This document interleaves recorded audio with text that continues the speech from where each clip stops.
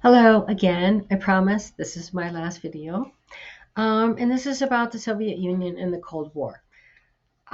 So we talked about the Russian Revolution during World War I earlier. And we know that the Soviet Union was one of the allies during World War II. Um, but we haven't really talked about the Soviet Union as such and the Cold War that came about after World War II ended. Okay, so at the in the 1960s, um, your book had an interesting. I had not heard this before. Interesting statistic: 1/3 of the world's population lived in communist countries. The two largest being the Soviet Union, the USSR, and the People's Republic of China, PRC. There were other countries, and then they had allies. Okay, but the the Cold War era, post World War II, was characterized by communism versus capitalism, and that came about because the Soviet Union was so big, and it grew after World War II, right? It was like communist countries versus capitalist or the free world, right? If you want to call it free world, and that's where we get the terms, you know, that everybody else was the third world, right? Which is really not fair, but it was like United States, Soviet Union, everybody else, right? Um, and the Soviet Union was significant because of some of the changes and some of the things that first Lenin and then Stalin did, leading up to and during the war, right? So when the Russian Revolution happened, Russia was a backward country. They had barely ended serfdom and the feudal system, right? It was a very rural nation, right? Um, Not at all what Marx had ever pictured as being where the first communist nation would happen, right? But that's what happened. And when Lenin died, and Lenin died in, I forget when. I'll come across that. But when Lenin died, before World War II, for sure, and he had a number of strokes, so he knew he was dying. Stalin was a different person than Lenin in many different ways, right? So he died in 1924, and there was a struggle who was going to succeed him. He did not trust. Um, he did not trust Stalin. In fact, I've read that he wanted Tolstoy. I'm sorry, Trotsky, not Tolstoy. Tolstoy is the author. Trotsky to uh, succeed him, but Stalin kind of outmaneuvered Trotsky and anybody else who were allies of Lenin. And so, he pretty much controlled everything when he came to power. He made this into a pure autocracy or authoritarian regime. And you know, he was the secretary of the party before that, but he used that. And he is he's known most for being, a mass murderer, which he was, right? And he's often compared to Hitler because of that, right? He was paranoid about everybody around him, which is part of the reason why he started having purges, because he didn't trust anybody. So, his paranoia led him to have all these purges of the Communist Party, of the army, of police forces, of anybody that he thought might turn on him. Right? Um, that's what he's very well known for. But the other thing he's very well known for is the economic changes that he brought about to the Soviet Union to industrialize the Soviet economy and society and economy, right? Or I said economy. So,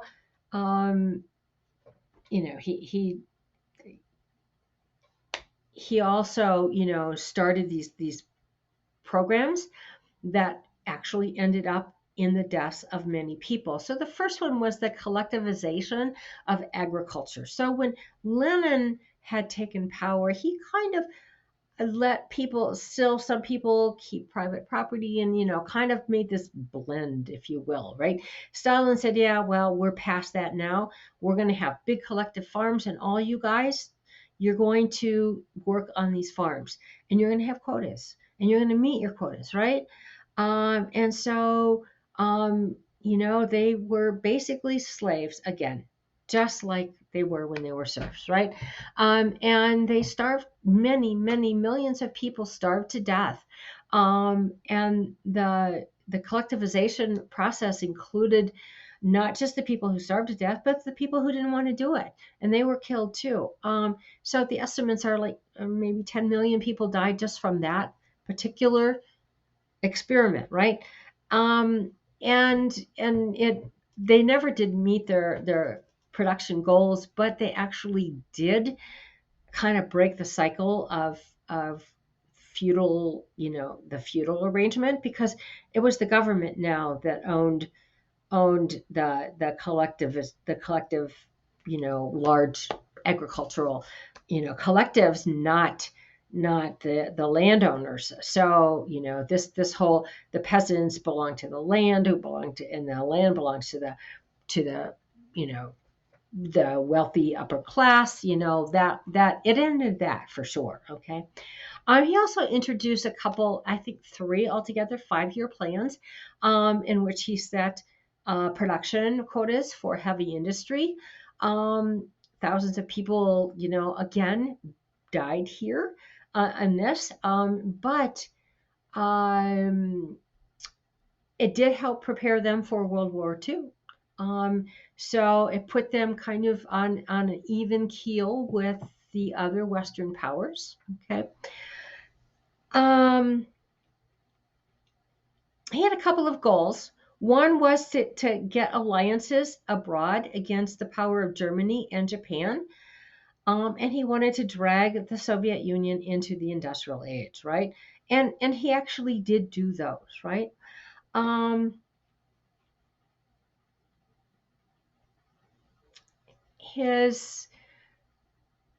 It put him in a good position during the war, okay? So because the Soviets actually bore the brunt of the German military power. Germany quickly, as I said before, they took over many countries, to the east and to the west on their way to Paris, and they bombed the heck out of England, but they never got England to surrender. But the Soviets fought them on the ground, right? More than 25 million Soviets died on the Eastern Front, soldiers and civilians, right? Before they managed to drive the German army back. I remember reading an article, and it was about historical memory, and somebody was interviewing somebody from the Soviet Union. A journalist was interviewing somebody from the Soviet Union about the Holocaust, and they just kind of looked at them and said, What are you talking about? 25 million of our people died, and you're talking about 6 million people in the Holocaust, right? And that was, I mean, you have to remember, both were awful for different reasons. I mean, they were both awful, period. But anyway, the losses, the cost that the Soviets played was huge, right? The Soviets, the United States, Britain, they were all very unlikely compatriots, right? So the only thing that they had in common was the defeat of Germany. And then after that, they all knew that they were going to go separate ways and it wasn't going to be pretty, right? So before the war ended, they had a number of meetings between the three of them. And the Soviets, Stalin started asking for a lot, right? He started saying, this territory that we got from Poland, we're going to keep that. All of these, uh, you know, these states that we have conquered back from Germany, well, they get to be our friends. They get to be, allied with us, right? So the United States and the West started doing a number of things to help the United States, to help Britain or help Europe, kind of survive or to rebound from this, to kind of rebuild Europe, right? So there was a Bretton Woods agreement that offered, they created the International Monetary Fund, the World Bank, to help, the economies there. The Marshall Plan, which gave money to countries who promised not to be communist, that sort of thing. And, the Soviets eventually created their own alliance called the Warsaw Pact.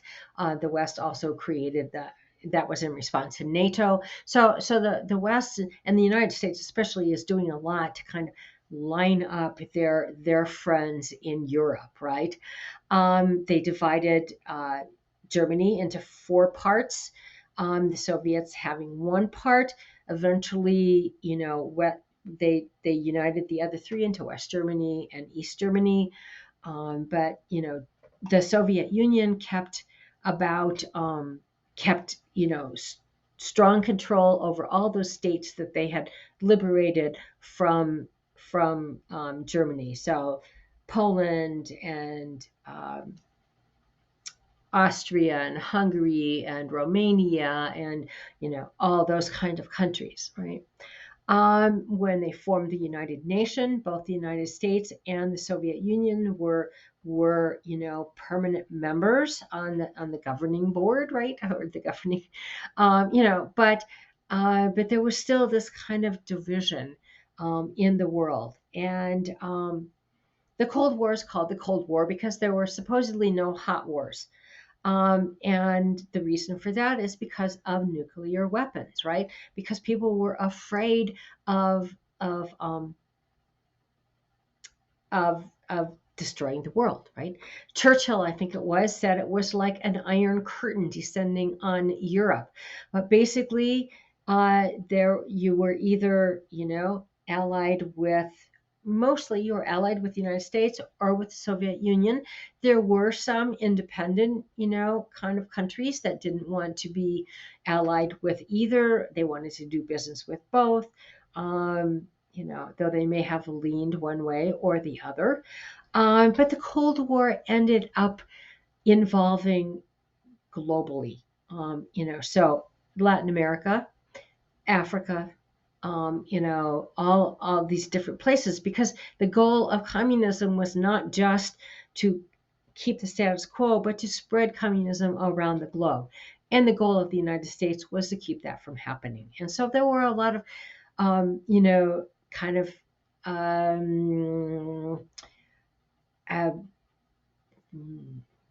I'm trying to think of the right word, right? Not wars, but what propping up of dictatorships, of overthrowing, communist leaning regimes in Latin America, stuff like that. So the world basically divided into two camps. And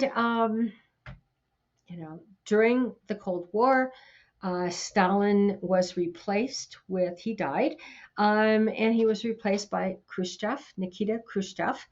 And he basically didn't like a lot that Stalin had done, so he made some changes.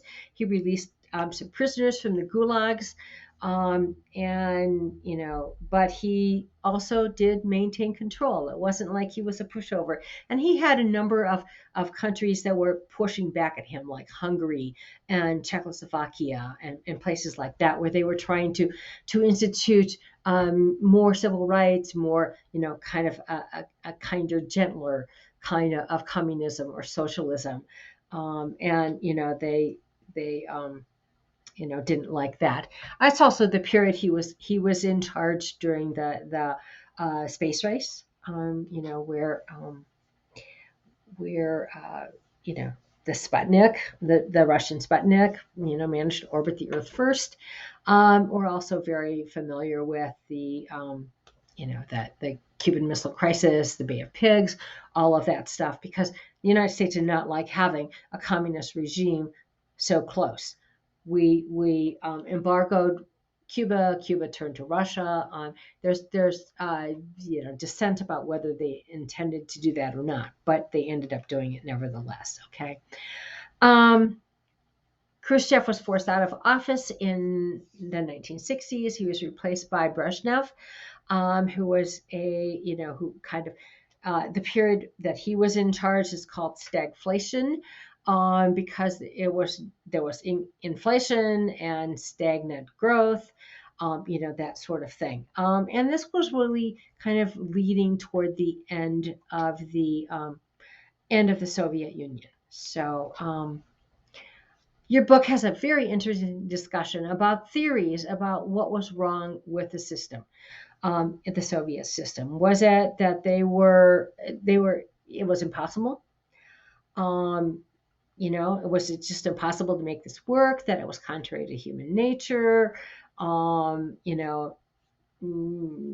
They just went about it wrong. This sort of thing. So that's interesting. So anyway, that takes us close to the end of the Soviet Union, and in our final unit, we'll be talking about the period after the Cold War.